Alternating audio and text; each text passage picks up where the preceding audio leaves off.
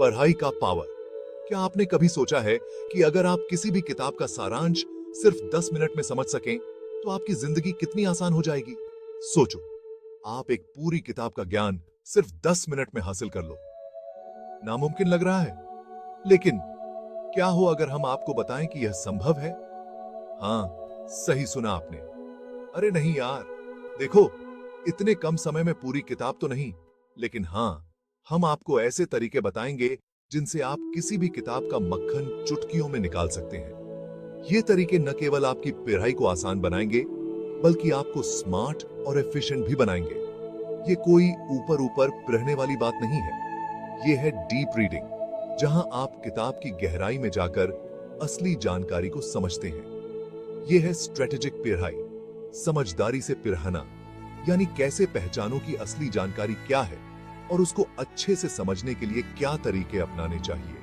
इसमें शामिल है नोट्स बनाना, हाईलाइट करना और महत्वपूर्ण पॉइंट्स को अलग से लिखना। चाहे आपके पास समय कम हो या फिर आप बस जल्दी सीखना चाहते हो, ये तरीके आपकी पढ़ाई के तरीके को बदल देंगे। आप सोच रहे होंगे कि ये कैसे संभव है, तो तैयार हो जाओ, ज्ञान की दुनिया आपके हाथों में।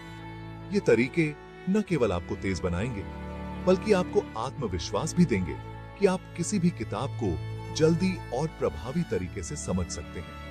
आइए जानते हैं उन तरीकों के बारे में जो इसे मुमकिन बनाते हैं। सबसे पहले, किसी किताब के इंडेक्स और चैप्टर हेडिंग्स को ध्यान से देखना होगा। इससे आपको एक ओवरव्यू मिलेगा कि किताब में क्या-क्या शामिल है। फिर इंट्रोडक्शन और कंक्लूजन को पढ़ें, क्योंकि इनमें अक्सर सबसे महत्वपूर्ण जानकारी होती है। इसके बाद हर चैप्टर के पहले और आखिरी पैराग्राफ को ध्यान से पढ़ें। ये पैराग्राफ अक्सर चैप्टर का सारांश होते हैं। इसके अलावा हाइलाइटिंग और नोट्स बनाना भी बहुत महत्वपूर्ण है। जब आप पीआरएच रहे हो, तो महत्वपूर्ण पॉइंट्स को हाईलाइट करें और मार्जिन में छोटे-छोटे नोट्स बनाएं। इससे आपको बाद में रिवीजन करने में आसानी होगी।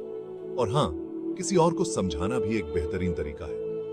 जब आप किसी और को समझाते हैं, तो आपकी खुद की समझ भी गहरी होती है। तो अपने दोस्तों के साथ डिस्कस करें, स्टडी ग्रुप्स बनाएं और एक दूसरे को पढ़ाई में मदद करें। तो दोस्तों, ये थे कुछ तरीके जिनसे आप किसी भी किताब का सारांश जल्दी और प्रभावी तरीके से समझ सकते हैं। अब जब भी आपके पास समय कम हो, तो इन तरीकों का इस्तेमाल करें और देखिए कैसे आपकी पढ़ाई में सुधार होता है। तो तैयार हो जाइए और इन तरीकों को आजमाइए। ज्ञान की दुनिया आपके हाथों में है, बस आपको सही तरीके अपनाने हैं। अब बिना किसी देरी के चलिए शुरू करते हैं और जानते हैं उन अद्भुत तरीकों के बारे में जो आपकी पढ़ाई को बदल देंगे। मिनटों में किताब फतह करने का पहला स्टेप है अपनी रीडिंग स्पीड बढ़ाना। यह एक ऐसा कौशल है जो न केवल आपकी जानकारी को तेजी से बढ़ाता है, बल्कि आपके समय का भी बेहतर उपयोग करता है।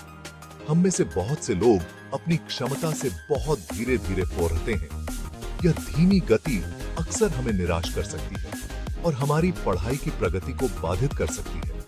कई बार हम मन ही मन शब्दों को बोलते हैं, जिससे स्पीड कम हो जाती है। यह आदत, जिसे सबवोकलाइजेशन कहा जाता है, हमारी रीडिंग स्पीड को सीमित कर देती है। स्पीड रीडिंग टेक्निक्स इस आदत को तोड़ने में मदद करती हैं और आपकी आंखों को पेज पर तेजी से घुमाना सिखाती हैं। इन तकनीकों का अभ्यास करने से आप अधिक सामग्री को कम समय में समझ सकते हैं। एक तरीका है अपनी उंगली या पेन से आंखों को गाइड करना और धीरे-धीरे स्पीड बढ़ाना। यह तकनीक आपकी आंखों को पेज पर तेजी से और सटीक रूप से मूव करने में मदद करती है। दूसरा तरीका है शब्दों को ग्रुप में पढ़ना, जिससे आंखों को बार-बार रुकना ना पड़े। यह तकनीक आपकी आंखों को एक साथ कई शब्दों को पकड़ने में सक्षम बनाती है, जिससे आपकी रीडिंग स्पीड में सुधार होता है। ऐसे बहुत से ऐप्स और सॉफ्टवेयर भी हैं जो टारगेटेड एक्सरसाइज से आपकी रीडिंग स्पीड बढ़ाने में मदद करते हैं। ये उपकरण आपकी प्रगति को ट्रैक करते हैं और आपको व्यक्तिगत सुझाव देते हैं। याद रखें, मकसद सिर्फ तेज पढ़ना नहीं है, बल्कि समझ के साथ पढ़ना भी है। आपकी रीडिंग स्पीड बढ़ाने का कोई फायदा नहीं है अगर आप जो पढ़ रहे हैं उसे समझ नहीं पा रहे हैं। धीरे धीरे शुरुआत करें और जैसे जैसे आप सहज होते जाएं, अपनी स्पीड बढ़ाते जाएं। यह एक प्रक्रिया है और समय के साथ आप देखेंगे कि आपकी रीडिंग स्पीड और समझ दोनों में सुधार हो रहा है। अपने लिए छोटे छोटे लक्ष्य निर्धारित करें। उदाहरण के लिए, एक हफ्ते में एक किताब पढ़ने का लक्ष्य रखें और धीरे धीरे इसे बढ़ाएं। यह आपको प्रेरित रखेगा और आपकी प्रगति को मापने में मदद करेगा। पढ़ते समय ब्रेक लेना भी महत्वपूर्ण है। लगातार पढ़ने से आपकी आंखें थक सकती हैं और आपकी समझ में कमी आ सकती है। नियमित अंतराल पर ब्रेक लें और अपनी आंखों को आराम दें। अपनी पढ़ाई को और अधिक प्रभावी बनाने के लिए आप जो पढ़ रहे हैं उस पर चर्चा करें। दोस्तों या सहकर्मियों के साथ बातचीत करने से आपकी समझ में सुधार हो सकता है और आपको नई दृष्टिकोण मिल सकते हैं। एक और तरीका है, जो आपने पढ़ा है उसका सारांश लिखना। यह न केवल आपकी समझ को मजबूत करता है, बल्कि आपको महत्वपूर्ण बिंदुओं को याद रखने में भी मदद करता है। महत्वपूर्ण बिंदुओं को हाईलाइट करना भी एक अच्छा अभ्यास है। यह आपको बाद में समीक्षा करने में मदद करता है और महत्वपूर्ण जानकारी को जल्दी से ढूंढने में सहायक होता है। अंत में, एक शांत और आरामदायक वातावरण में पढ़ना सुनिश्चित करें। एक ऐसा स्थान चुनें जहां आप बिना किसी रुकावट के ध्यान केंद्रित कर सकें। यह आपकी रीडिंग स्पीड और समझ दोनों को बढ़ाने में मदद करेगा।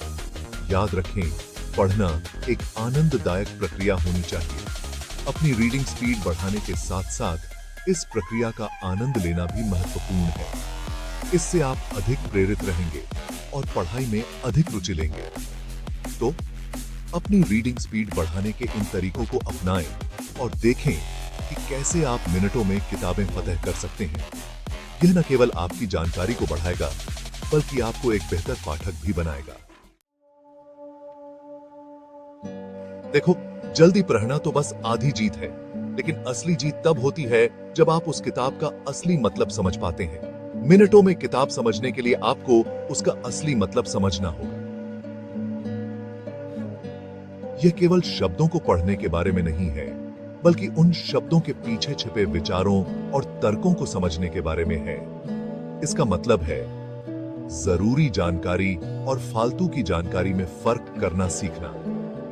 हर किताब में बहुत सारी जानकारी होती है, लेकिन हर जानकारी महत्वपूर्ण नहीं होती। आपको यह समझना होगा कि कौन सी जानकारी आपके लिए उपयोगी है और कौन सी नहीं।